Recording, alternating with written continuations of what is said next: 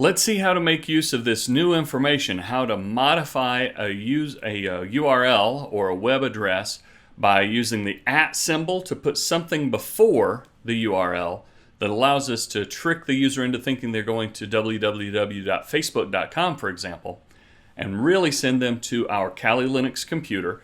Then we're going to make use of that integer version of a URL instead of the 10.0.9 address. Well, one more time in your Kali Linux box, let's get that IP address of the Kali Linux box, ifconfig.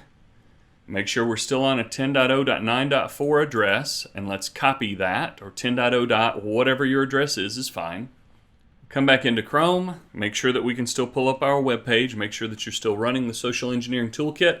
If not, you can rerun the Credential Harvester just by using the Social Engineering Toolkit on the left-hand menu there, or under Applications number 13, Social Engineering Techniques. And remember that Credential Harvester is under the menu entries 1 for Social Engineering Toolkit, 2 for Web Attacks, 3 for the Credential Harvester. And what we have done is set that up and got it running. And if we go to 10.0.9.4, you notice it takes us to something that looks exactly like the Facebook login. Well, let's convert that 10.0.9.4 address first into an integer. So I'll do IP address converter to decimal, and I'll use the same tool, IP address guide. I'll use the 10.0.9.4 address now, or whatever the address of your Kali Linux box is, and convert that to an integer. Notice that gave me 167,774,468. Copy that integer. Come up here, just give it an http:// and then paste that integer 167774468. And notice that takes us to 10.0.9.4. Now let's obfuscate that even more. Let's make it http:// don't forget the : www.facebook.com @ and then paste that number.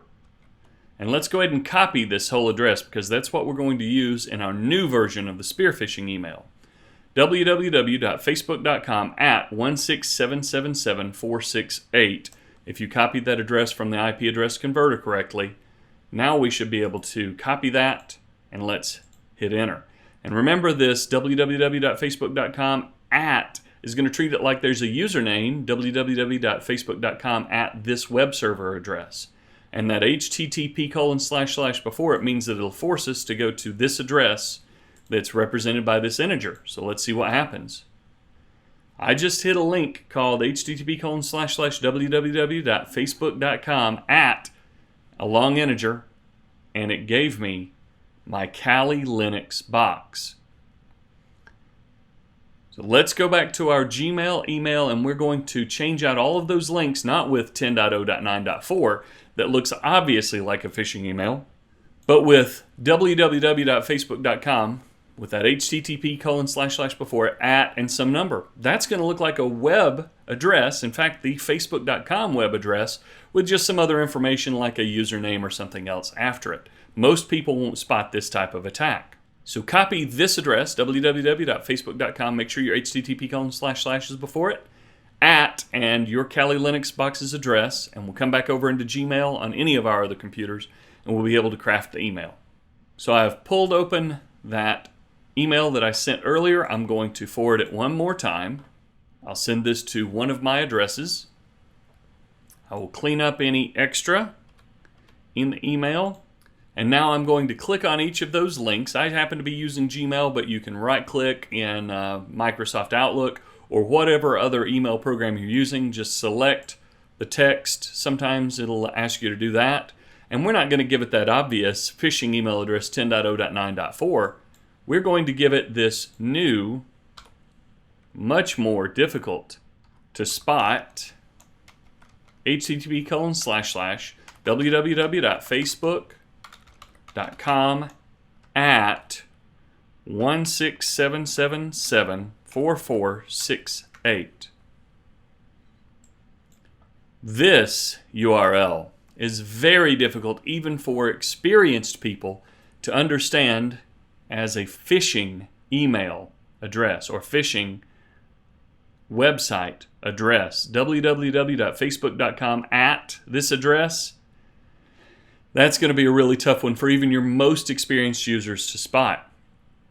In fact, that @ symbol is one of the most important things to educate your users on. If they ever see this or facebook.com and anything else after it, they need to be suspicious of that email and go out to the real facebook.com web address.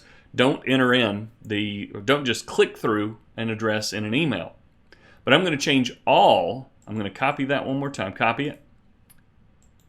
And I'm going to change all of these addresses to that address just by clicking and going to change and pasting that www. Make sure the http:// is before it or it won't work.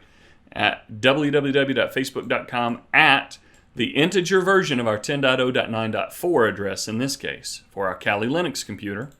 Change all of the URLs in the email. Go all the way to the bottom of your email so that every single address, including the Facebook icon, will now go to your fake facebook.com at address. When I send this now and then open it on my other computer, I'll be able to see the effect that this facebook.com at address has. Now, if I switch over to my work email account from Firefox and hover over one of those links from the Facebook email, it looks like it came from www.facebook.com at some address. Now, in this case, Firefox will convert it for you. In Chrome, it may convert it all the way down to the 10.0.9.4, but that www.facebook.com is realistic enough that someone might click through. On Firefox, it's going to give me a warning that this is using the username facebook.com. But if I click through and visit it anyway, I'll see Facebook. And in Chrome, it just takes me directly to the 10.0.9.4 address without any warning. And if I enter my username and password, Wilma at flintstone.com, and Fred as my password, press login, it will just reload the facebook.com webpage, and I'll have no idea that it just sent my information to the other server. We'll see how to capture all of those usernames and passwords that might have fallen for this phishing attempt in the next lesson.